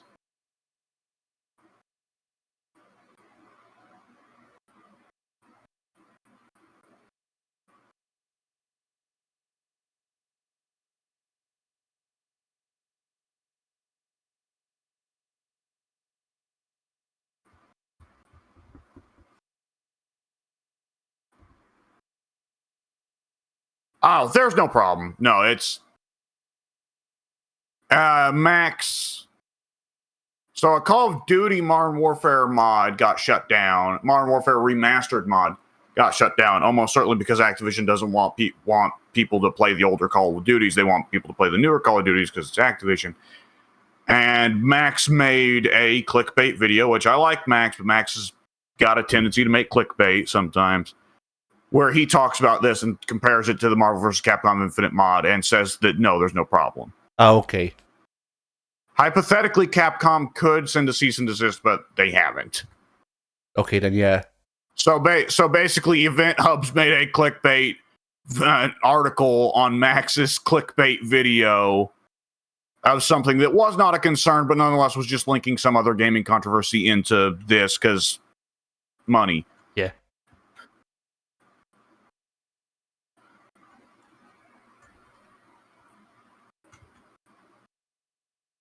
So, yeah, okay, looks like no problems. Yes. Capcom continues to be good, you know? Yeah. Decent. Yeah, Capcom proudly is standing alongside Valve in the race of, wait, we just have to not fuck ourselves up. Yeah, like it's weird how little companies seem to understand. Like, I guess not the companies themselves, but maybe the shareholders, either which way, don't seem to understand that you can lose a little bit of money and get a lot of goodwill, so that you can get more money later.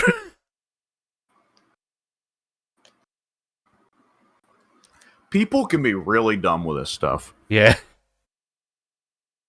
Like, honestly, 90% of the time you hear me complain about companies, it basically boils down to this company is deciding that they want money now instead of, losing a bit of money now so that they can get more money later.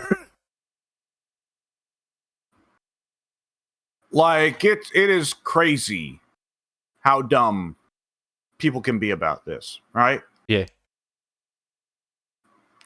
I don't want to dish too hard on my dad, especially because he could just be on the other side of this door. But yeah.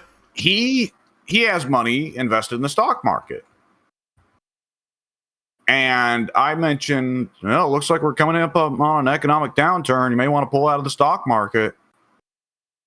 And every time my dad, God bless him, I love him, is nonetheless like, yeah, but if I stay in for just a little bit longer, we can make a little bit more money. Yeah. And whenever he does pull out, he'll be like, yeah, the downturn did come, but if I had held out for just a little bit longer, I could have made this much more money. And it's like, no, it can't be about that. It has to be about,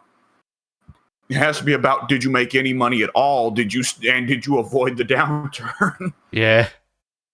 I mean, even with shit, I don't know if you ever thought about stuff like that, but like I genuinely have set up I think of like how I think about pricing goods and services. And generally my thing is that like I take whatever time whatever money it takes to make something, and then you put 15% on it. So 15% is pure profit, and then you sell it at whatever that price is. So like it covers it being made, and you get a bit of change. Generally, this makes something cheap. If something is cheap, people will buy it, and they will go, "Hey, I can get this thing for fairly cheap, and it's good quality. I will tell other people about this," and you build goodwill because it's cheap, and it's good, and you still make some money, and fucking over time you can make a lot of money just by sheer not fucking up the goodwill and making it so you still make some money on the side by the 15%. A lot of times when you hear about me complaining about pricing and shit, it's just like it's mostly because a lot of companies seem to be going, maximizing profit, and they maximize profit by going, all right, this cost me 2 pennies to make, I will charge $1,000 for it. And they not only lose out on a lot of the market, but they also lose goodwill, because why the fuck would I spend $1,000 on something that will break in a month? Yeah.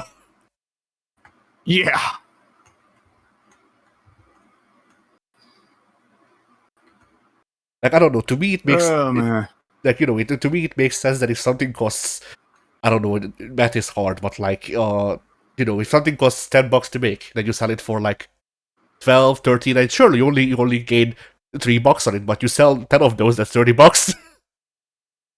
Yeah.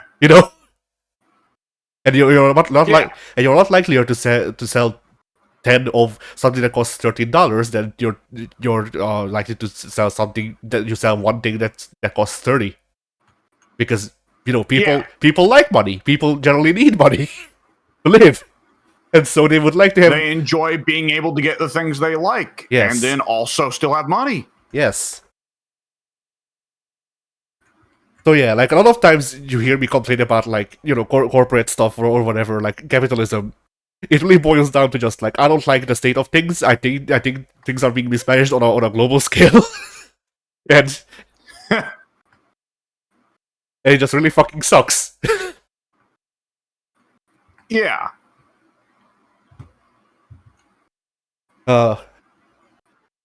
But either which way, fighting games. Yeah, Capcom. I guess to circle this back around to where why we even brought it up. Like Capcom is good at balancing these two because a lot of times they do some stupid shit with money stuff like the time savers in Resident Evil or whatever, which seem to be shareholder mandated, more or less, and they're only there to make it so the shareholders will stop bitching.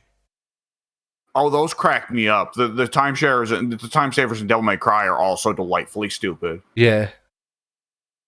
But like generally, Capcom, the Capcom brass seem to understand that you as a corporation who wants to live, like you want to be to go on for a long time, to be able to ensure that you can get more money and all that. They seem to understand that you want goodwill and you want goods that are competitively priced, but also not like overpriced for what they cost to make. Which there is another whatchamacallit, like dimension to what I'm talking about, because like I can't do the maths on say if whatchamacallit, if like a video game production costs $50 million to make, that how you should price it so it's still viable for regular people, but at the same time actually makes the money back. But at the same time, I'm also not like an economist, so like maybe it's their job. Yeah. I mean, really, one of the odd things with Capcom is that Capcom certainly had their period where they're being rather awkward with the way they handled monetization. But realistically speaking, when you look at the dark age of Capcom, a lot of the problem seems to boil down to, based off what we know, which is, of course, not anything necessarily indicative, perhaps perfectly indicative, I should say. But nonetheless, what problems we are aware of indicate that it was not so much the monetization was the issue. The problem painted is more so just Itsuno going... Well, not Itsuno, excuse me. No, Itsuno wasn't a problem, supposedly. Inafune... Oh, yeah. Just slapping a table and going, man, guys, fuck Japan. Yeah. And the other's going, we live there, though. And he looks at him, looks him dead in the eye and goes, did I fucking stutter? Oh, yeah, there's a couple things that went wrong. Like, that... Like, even still, people still complain about like the monetization for Street Fighter 6. I would say it's actually like it is genuinely, legitimately the second best monetization that I've seen in a video game, like next to Smite. Which, like, Smite has a lot of bad things going for it, but the monetization, they figure out a way to make it work where it both makes them money and also makes it so you're not that nickel and dimed as a free player. Yeah. And like Street Fighter 6, Street Fighter 5 was also badly monetized if memory serves, but Street Fighter 6 it is in a place where, unless you're really into the Avatar stuff, in which case, yeah, it sucks, I guess, but like, unless you're really deeply into the Avatar stuff, Street Fighter 6 is generally monetized in a way that makes it so you can get a lot out of your money. Like, I genuinely put less than $10 into Street Fighter 6 past the price of admission. I guess I bought the season pass, yeah, but like, whatever, that's characters. That's not actually monetization, or I guess. That's a one-time buy. Yeah. But yeah, like, I put less than $10 into Street Fighter 6, aside from one-time purchases. And I did that at the start of the game, at the time when the game came out, and I'm still using that $10, and it still has value. Like, I got through the whatchamacallit, the season pass on the same $10 that the most recent season pass, on the same $10 that I used to go through the first season pass. And so, like, would it be preferable to be able to earn the $5 or whatever the fuck to buy the season pass through the game regularly, and so make it so you don't have to spend the $10. Sure, but I've also played Dead by Daylight, and that has you buy the $10 season pass every fucking time. So like, yeah, it's still better than that. Dead by Daylight. Doesn't it even have like two premium season passes? One of them is $10 and the other is like 25 or something. I would believe that. That game prints money. But yeah, like I feel like that is where it gets to like, all right, so you want me to interact with a season pass, which is basically turning the game into work, and then also I should pay $25 for the luxury of getting to work on Dead by Daylight. You know? Yeah.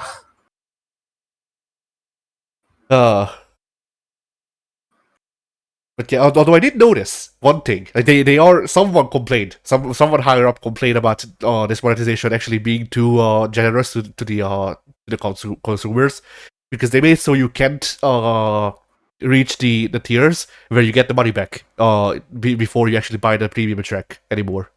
You used to be able to do it, now you can't.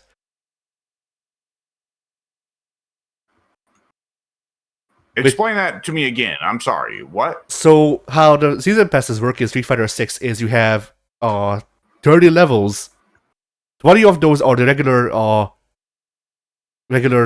stuff that you get from the season pass, and then 10 levels of those are always just you getting your money back piecemeal. So it's like, all right, here's $10, here's $10, here's $20, here's 30, here's $50, here's $100. Yeah. Whatever. So, how it used to work is you used to be able to grind out the tiers, all of them, all 30 of them, without buying the premium track. And you know, for the last 10 levels, you would get nothing if you didn't buy the premium track, but you still was able to do it. Now, with this most recent thing, they made it so you could only grind out the first 20 levels with the free track, and then you had to buy the premium track because that's where they start giving you back the money. I see. Which, you know, it's one of those things where, like, it's a small thing, it doesn't really change much, but at the same time, it does make it so you can just go, alright, here's the money, alright, give me back the money. Like you used to be able to do. Like, genuinely, what used to happen is that I would buy the season pass, the premium track, I would claim all of the items in the both of the tracks, and then it would be like basically I would have the fight box removed from my account on the screen, and then I would get it put back in there by the time I exited the screen. And that was really funny, and I was hoping I could do it again because I only did it a couple of times. Because I'm gonna be honest, I didn't spend a whole lot of time trying to grind out like the summer event or whatever, because it was just like, here's floater for your avatar, and I don't really care about that. You don't want to have a free copy of Sansan? Yeah. Which, by the way, did you know? I actually learned this semi-recently. But Street Fighter 6 uses MAME. Excuse me, wait, what is MAME? That sounds vaguely familiar. MAME is an arcade emulator. Okay, Street Fighter 6. Pre-established one, I take it. Yes. Street Fighter 6 comes pre-packaged with MAME so that they can have those games in Street Fighter 6. I like it. Now, this, however, does mean that like, if memory serves, MAME can emulate up to Street Fighter or fucking... MAME can emulate up to PS1 or something like that. It's not good if memory serves, but technically it can. It's just that the dedicated PS1 emulators are just better, of course. Yeah. But so, like, you know, they could, if they really wanted to, they could fuck around with the code base for MAME and then just actually emulate up to the Plasma Sword, which, like, they don't have to anymore, but technically it was within their power to do so. Yeah, I mean, it's certainly not impossible, but it'd be a little bit strange now, I suppose. Yeah. I guess the difference would be that in Street Fighter 6 you can only play the arcade modes, and then you have to buy the collection versions to actually have like versus and online and all that. Oh, well, yeah, that'll do it. So like, you know, there's still I can still see a world where they can pull this off and also not cut into their own profit margins, but at the same time, like it would look funny.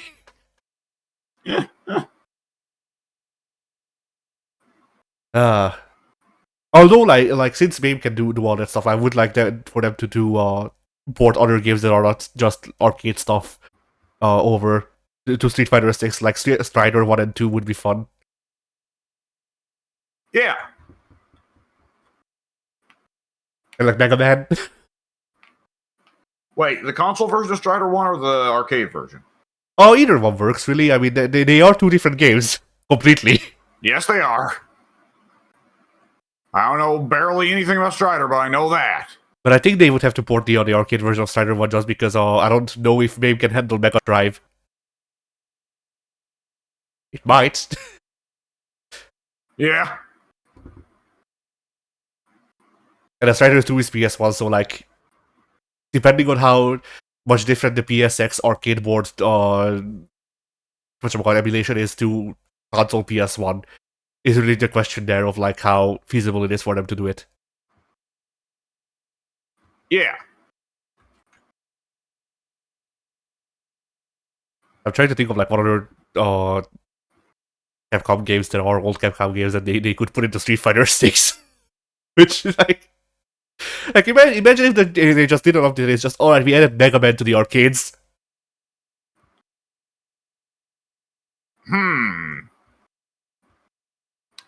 Mega Man, one of the Mega Man on PS1 games was the Dr. Wowie one, right?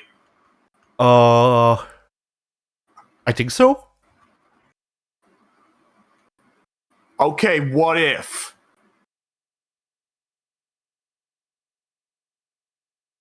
I mean, it would be funny, although I'm not sure. Like the problem with that is the fucking headlines that they added.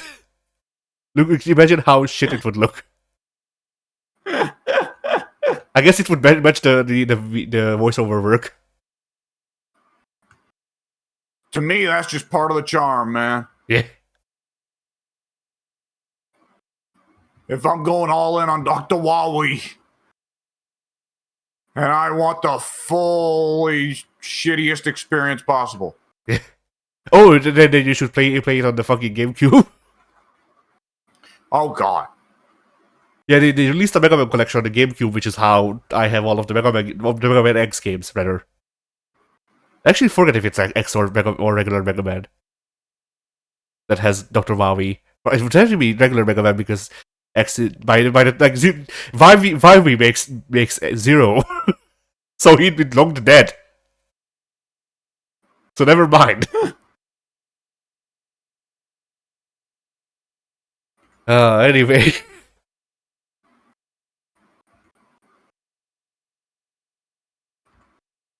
But yeah, there's also some funny things that Capcom could do. Like, alright, here's Breath of Fire. I think they made that. They did, yes. Yeah. Here, go to the arcades in Street Fighter 6 online so that you can play longest RPG with no saves. Although, like, an interesting method of torture. Yeah. Although, if memory serves, they have challenges that you can do where you play on one life, so that they could have at least a funny thing there where if you die where you play the game until you die in combat.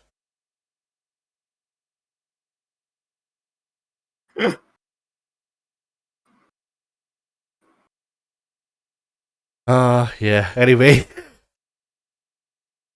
Oh, the nostril tickling. Oh, my sinuses. So, this is coming out tomorrow. So, 2 days from now is when TGS will host Capcom and SNK. By the way, The game show soon? yes, it's in the next like couple of days. Oh no! Wait, I got the game show mixed up with Jeff Keighley's Summer Game Dealy. Oh yeah, it's not the game show, Tokyo Game Show. Tokyo Game Show. Tokyo Game Show. Good lord. Okay. One of these possibly some exciting news there. Okay, this is very funny to me. I don't know why. But I just look at the list of like they have this they have the schedule with a graphic here, and one of the first things I saw is Ubisoft Japan. Oh boy. Yeah. We don't need to hear what they're up to. It's fine. There's a typo here. September 29th, Monday, Japan Game Awards Futuer Division. Futuer.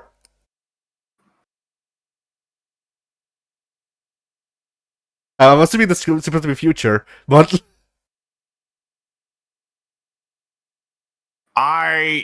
one would hope. let's see what really matters to us. Well, SNK is on the 26th. That's the first day. On the 26th, at 8 p.m. in Japan Standard Time. All of these are in Japan Standard Time. And then Capcom is at midnight. So more or less, it's 23 o'clock. So that would be 11. Yeah, there we go.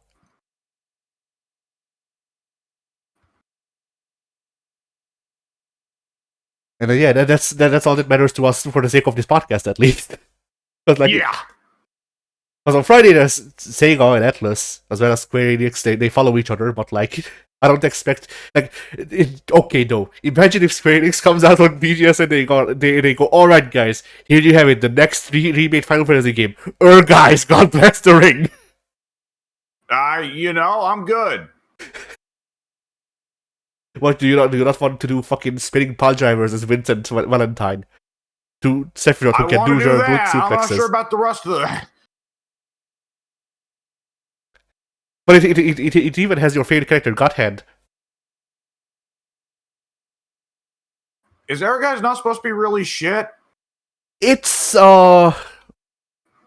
is I'd say it is very like it's not a traditional fighting game. Ehrgeiz is kind of its own thing. I would say it's more like Bushido Blade than Street Fighter, if that makes sense to you. And then like okay, but it has spinning pile drivers? Yes. The control system is weird, but once you figure it out, you can do like grabs from more or less anywhere, and you can do stuff like it seems like every character has at least a wrestling move. So like Sephiroth has a German suplex, Vincent Valentine has a spinning pile driver. There's a character who is obviously not ranked 13, but they're playable. I don't know what they do. They might do a Zuna drop, I think, actually. But yeah, I was about to react with incredulity. Then I remembered Amaterasu does an Azuna drop. Yeah. But yeah, that game was actually genuinely very fascinating when I played. Like I liked it because it was different. You know, it felt weird. It felt like something that I need to learn to really get good at. But like the stuff that I did was actually fun, even if it was a bit jank.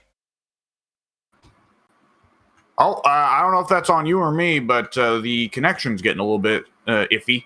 Oh, that feels like you this time. The Discord isn't freaking out on my end, at least. Okay, huh. Well, nonetheless, you're back. I can hear you, so proceed. Right. So yeah, alright, Virtua Fighter. Sega owns that. Oh no! I completely forgot. People up. Time for people what? I said time for people to get their hopes up and have it be dashed. Yeah. Is Konami here? I'm just gonna check real quick. No. Boy is here. So then their life might be better.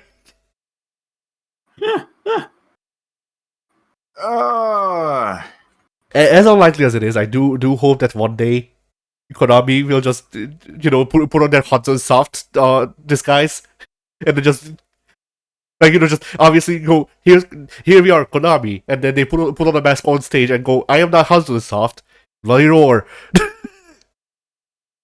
Because they did buy Hudson Soft.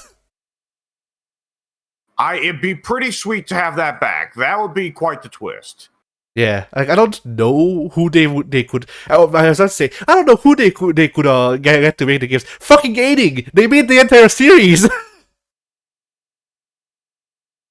Yeah, they've made a few fighting games from what I hear. Just a couple.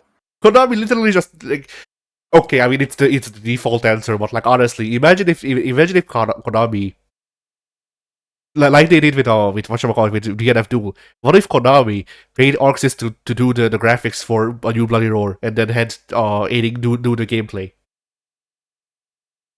Because like, you know, well, for one, that didn't work out for last game that did it, but whatever. Let's ignore that. but also, like, I don't expect Aiding or anyone else really to wanna do 20-some models for the characters, you know, both in their human and their animal versions, and then have them look good at the same time. Yeah, and that'd get really awkward for selling alternate costumes as well. Yeah.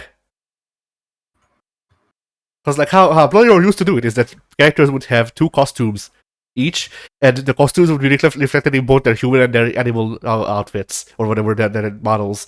So like, that's 4 models for a character. If we have 20 characters, then that's how many models we have to make? And they would not drop that, because that's, I mean, it's Bloody Roar. The gimmick is that you got your human form and your furry form. Yeah. So like, yeah, the only way that I can see a new Bloody Roar happening is if it's made by like Arxis, and then they just do a stylized thing where it looks good, but it doesn't have to be the highest poly count and shit, you know? Yeah. Because otherwise, like honestly, the biggest fucking twist would be if they just get the fucking the RE engine going on that shit. But that would be commendable. It would be venture that would likely not pay off. It would be committing to bankruptcy is what it would be. Yeah, the Konami of today, I can't see going for money spending. Yeah. Or money making, for that matter. They just kind of want to exist and try to gamble and fail. Actually, if memory serves, that was I don't remember if the guy was changed since then, but apparently, I forget who it was and what series they worked on, but some director of a long-standing Konami series actually left Konami around the time that the new CEO came in, saying that they had different creative differences on where the company should be headed, and the second the guy left the door, they turned to pachinko. That guy might be gone by now.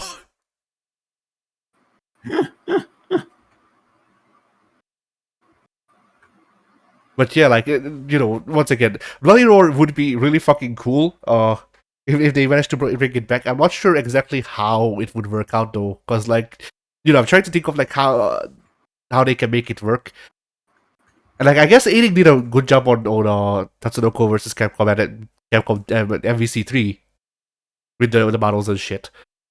But those are also traditional fighting games. Bloody Roar is a 3D fighting game. Yeah. Then again, at the same time, now I think about it, if Aiding ever gets the call, they can just ring up Harada. Harada would probably pull money from Bandai. Just so he has fucking, whatchamacallit.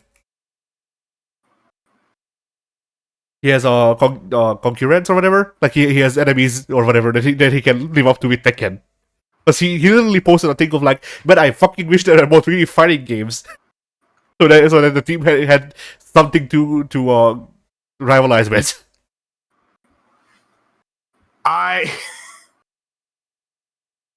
There's something very funny about that. Well, like, what references there we can make? Like, I guess there's a little bit of Alexander the Great there, isn't there? That he wept for there are no more worlds left for him to conquer. Yeah.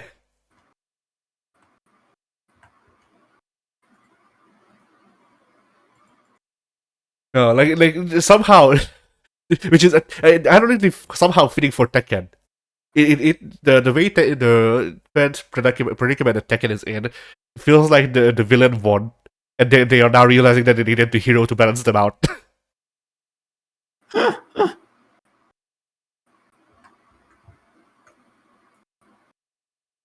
Oh man! All right. But, yeah. Oh no! Proceed. I don't know what I was gonna say, so whatever. Go ahead. I didn't have anything in particular either. I was going to indicate like, oh, let's change. Let's move on and change subjects. All right, I'm looking. Well, Justin Wong continues his onslaught. He continues to wazzle, from what I hear. Yeah. I don't know if more people have complained about him beating them up so hard that they refunded the game, but apparently it's got big enough to maybe get an article or two. So I think it's had several. well, actually, the day that this comes out, they're showing off Heihachi, so you can watch all of the Heihachi. So you can go and watch all of the Heihachi moves you haven't seen, all 2 of them. Yeah. I think we said this for the last Tekken character reveal. Like, cool. We already know what he looks like. He's going to look the exact fucking same as he did in the last game, and that's Tekken. He'll have 2 new moves. So, cool, but I don't need to see this. It would be more interesting if with each Tekken game from this point on, I guess. Every time one Heihachi or Kazuya die, quote unquote die, then the next game they come back and they look a bit slightly more decayed. Just to drive it home.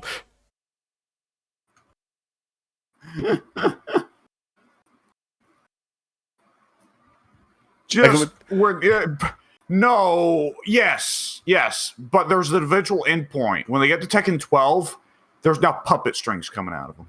Yeah. I also like the idea that eventually they just turn to fucking skeletons.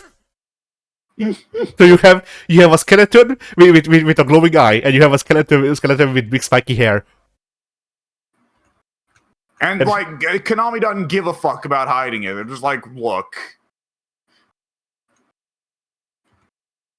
And they keep killing each other, right? Yeah. Yes.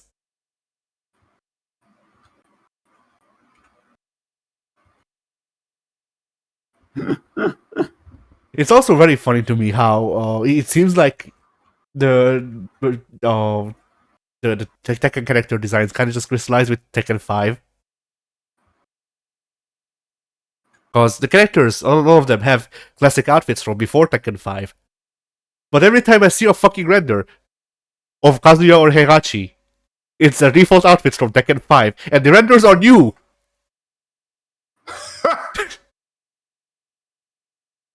Like Jin gets to have new outfits in his designs.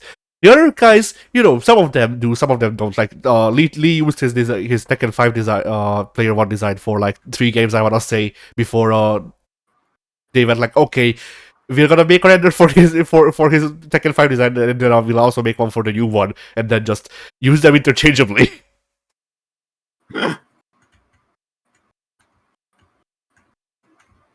But yeah, like Kazuya and Heihachi specifically, it seems like they're just stuck with their Tekken 5 designs, which, I mean, Kazuya's the Tekken 5 design isn't too different to his Tekken 1 or 2, I think, design. It's just that they changed the symbols or whatever, the logo on his pants. Heihachi, I think Heihachi had a similar outfit in 2, but I might be wrong on that one. No, he had the pimp outfit in 2. That came back in 5. I know what you're talking about, but it caught me off guard to hear it referenced again. Yeah.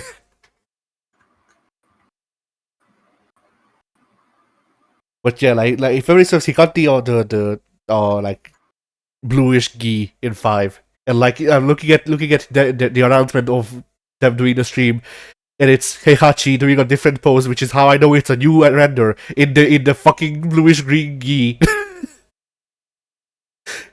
And like, I'm not complaining per se, but it's still funny. there hit a certain point around Tekken 5, 6, 7 where they kind of went like, these characters are too iconic to change them too much. Yeah. And I guess the only other piece of news that I can find is that Project L, they announced that they're coming in 2025. All right, is that the first time we've got a date? Well, I believe a so. year? I believe so. Yeah. All right, I'm kind of surprised. I thought we had a year earlier because people have been playing this game for a minute. Yeah. Streamers get. I mean, I guess it will never get crazier for that than the stuff that's going on with Deadlock as we speak, but still. Yeah. But then there was the thing of like this: streamers get streamers get 1 year early access. It's been like that, yeah. Which I guess on the upside, that's an indication of like, well, we're confident. Yeah.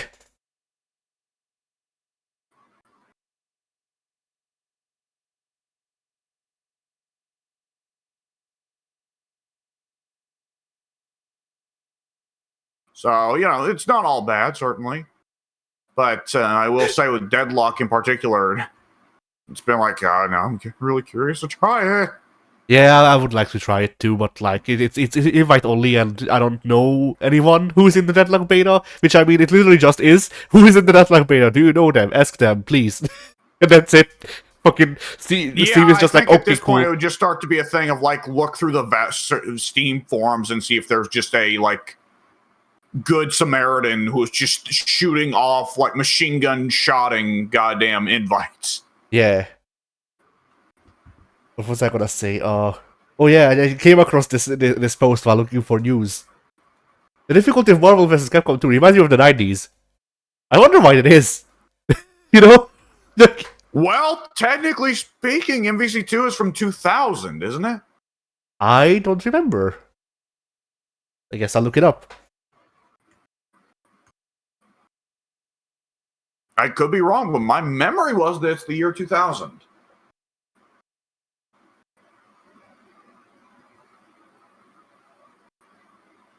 Alright, let's see Wikipedia. Yes, February 24th, 2000. So it had just flipped over from the 90s into the 2000s. Yeah. So very, very close. It's still a rather amusing comment for sheer proximity. Yeah.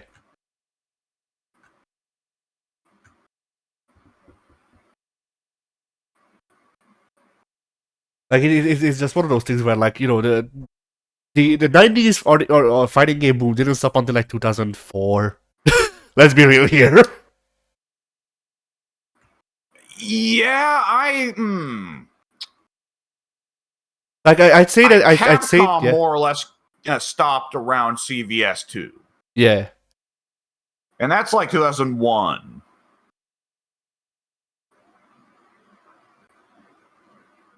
And I think a lot of the fighting game boom was built around Midway and Capcom. And Midway started shitting themselves with MK4, which was like 98 or 99, right? Yeah. Yeah. So Capcom was able to hold out a little bit longer than Midway, but Capcom still got to the point where the fighting game boom came to an end for them. Tekken kept on trucking, but when people talk about the fighting game boom coming to an end, they don't talk about Tekken. Yeah, because they're wrong.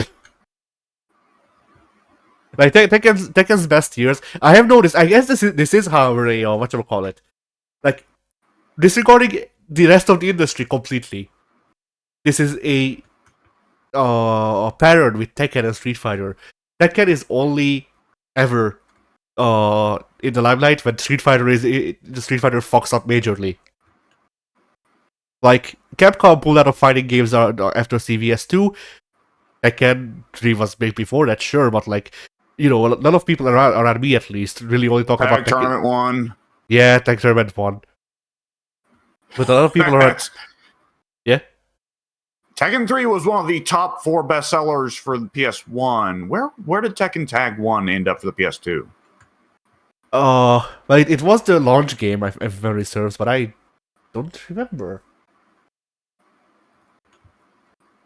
Do you reckon if I look up Tekken series sales numbers?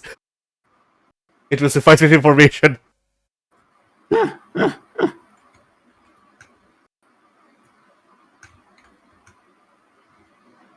I mean, knowing Harada as little as I do, but still, just okay, that's the series, the entire series. But fuck, how do I phrase this to be right?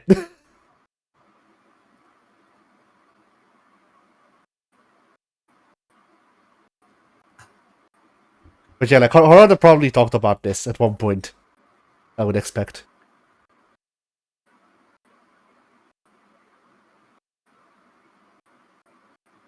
Holy shit! What? Tekken 2 was on the Zebo! Oh my god.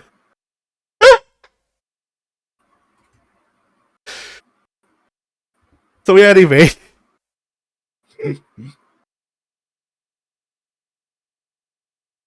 Where is Tekken Tag 1? There it is.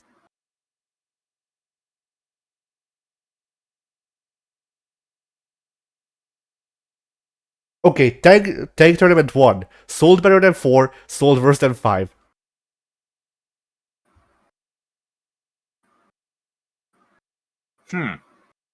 Well, Tekken 4, yeah, Tekken 4 also does matter.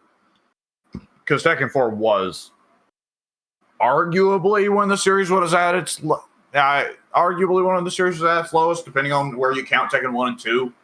Yeah. Because, I mean, you and I aren't fond of Tekken 7 and Tekken 8, but nonetheless, they've sold very well. They're very popular. Yeah.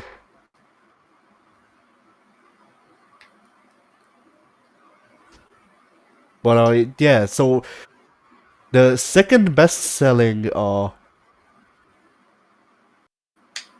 Tekken prior to 7, I guess? Yes. Maybe? What is numbers? Yes. Okay, actually, the second best-selling Tekken now is Tekken 3. Because 7 sold 10 million. That's the best-selling Tekken. That makes sense. Yeah. Which, I mean, like, Tekken 7 had a lot of things going for it. Street Fighter is dead. It has Akuma. It has Geese. Yeah. But I almost want to disregard Tekken 7 because it had it felt like both the scene was set just right for it to not fail, but also it feels like Honda managed to convince Bamco to pull out all the stops so that they can advertise it as good as they can.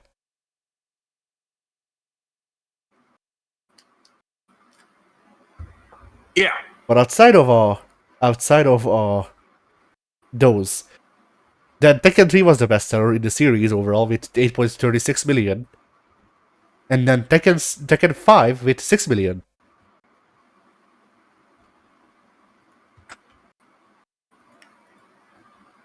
And even Okay. even Dark Resurrection sold better than 4. Good lord. Which Dark Resurrection was fine.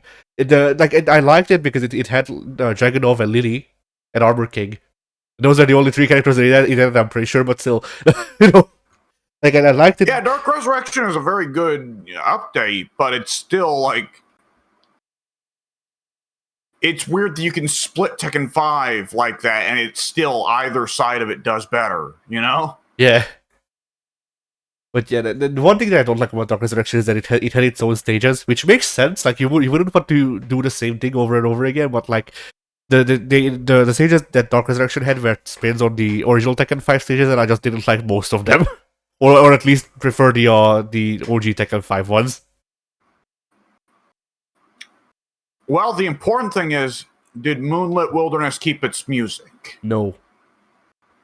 Oh, what the fuck? They removed the Moonlit Wilderness. What? Yeah, instead Why? because we have to make things different. So instead of Moonlit Wilderness, you get fields that is in complete sunlight. Oh man.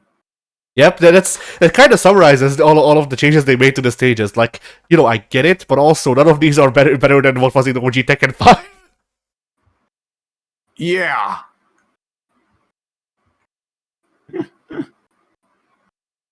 Oh, Jesus. Yeah. What was I gonna say? But yeah, so I guess Tekken 5 being the most whatchamacallit. I like how the Tekken 3 thing says second best selling fighting game of all time after Super Smash Bros. Brawl, and then like you scroll down and Tekken 7. but yeah, anyway, considering that Tekken 5 is like the second like considering that Tekken 3 and Tekken 5 are the best selling games in the series that aren't capitalizing on crossovers and shit. I guess Tekken 3 had gone, but like were they really capitalizing on the crossover with God? Yeah. Like the God crossover kind of just ended up being net negative because who the fuck is God? And also we can release the game because of him now. I won't necessarily entirely say who the fuck is gone, because I assume that there's some degree of stardom to the character in like a manga or whatever over there, right? Yeah, the character is well known in Japan, yes. Well, I don't know if well known, but better known in Japan, definitely. Yeah.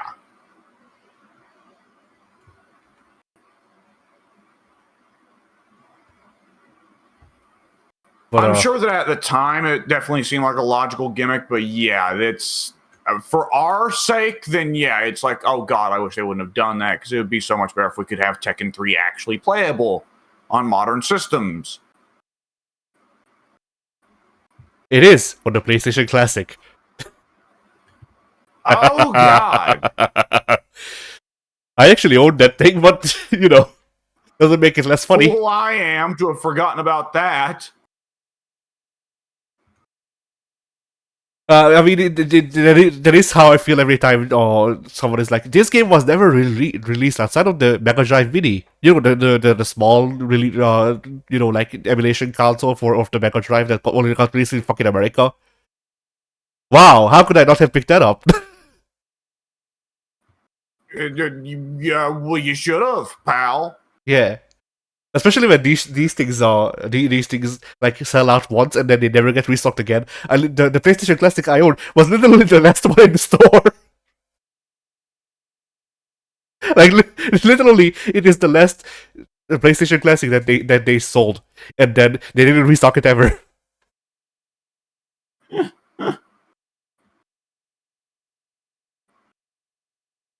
But anyway, I don't know what else we could say. So, fighting games were, I guess. Oh yeah, I guess they were. Yeah. All right.